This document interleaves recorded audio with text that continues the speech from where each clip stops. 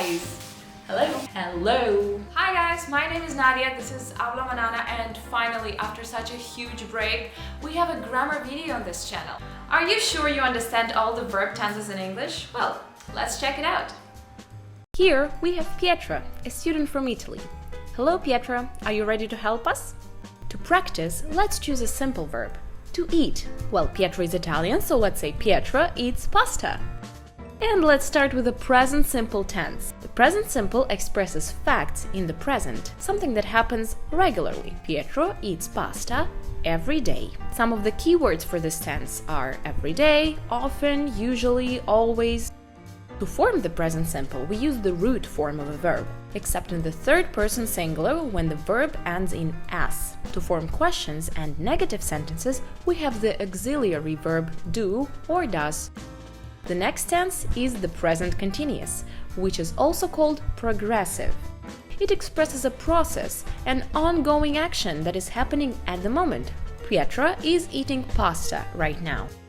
To form the present continuous, we need two elements: the present tense of the verb to be, am, is, or are, and the present participle of the main verb, which ends in ing. Remember about stative verbs that cannot be used in any continuous tense. The present perfect tense. It expresses finished actions that are connected to the present moment. Usually those are actions that happened in a period that is not over. For example, today, they may have a result in the present or describe our experience. The time when the action happened is not specified and not important. Pietra has already eaten pasta today. To form the present perfect, we need the present tense of the verb to have and the past participle of the main verb, which ends in ed for the regular verbs.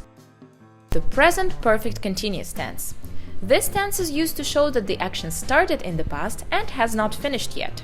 Pietra has been eating pasta for 30 minutes, and he's still eating it right now. On the other hand, it can express actions that have recently stopped and have a result, which we can often see, hear, or feel in the present. Pietra has been eating pasta all day. Now he has a stomachache. To form it, we need the present form of the verb to have, been, and the present participle of the main verb, which ends in ing. Now let's pass to the past tenses. And we'll start with the past simple tense. It expresses facts from the past and often answers the question when. Pietro ate pasta yesterday. To form it, we must remember that there are regular verbs that add ed at the end and irregular verbs that we must check in the list. For questions and negative sentences, we use did, the past form of the auxiliary verb do. The past continuous tense. It expresses an ongoing action that was happening at a particular moment in the past. Yesterday at 8, Pietro was eating pasta. To form past continuous, we need the past tense of the verb to be, was or were, and the present participle of the main verb, which ends in ing. Don't forget that we cannot use the stative verbs in this tense. The past perfect tense. We use this tense to express an action that happened before another action in the past. We use it when the order of events is not clear, to indicate which action happened before. Pietro had already eaten pasta when his friend called. He had eaten pasta before his friend called. To form this tense, we need the past form of the verb to have, which is had, and the past participle of the main verb. The past perfect continuous tense. It shows an action that started in the past and continued up until another time in the past. Pietro had been eating pasta for 10 minutes when he understood he also had pizza in the fridge. To form it, we use had, been, and the main verb's present participle, which ends in ing. Remember about the stative verbs.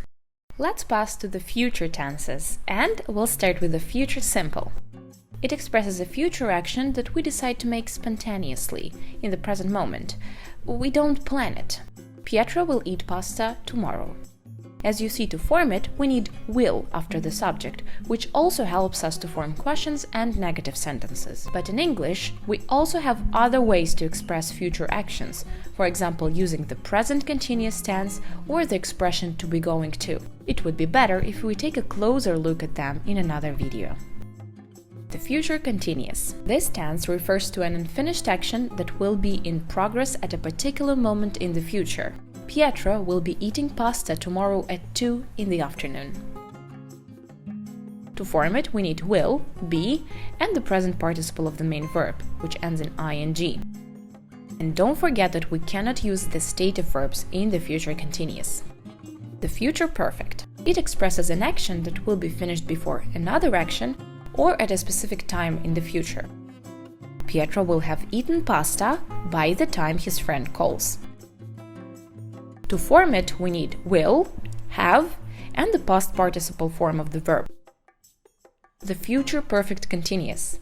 This tense expresses longer actions or states extending up to some specific event or time in the future. Pietro will have been eating pasta for 10 minutes by the time his friend calls.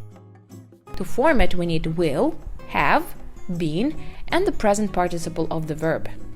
This was the last tense. Thank you so much for your help, Pietro.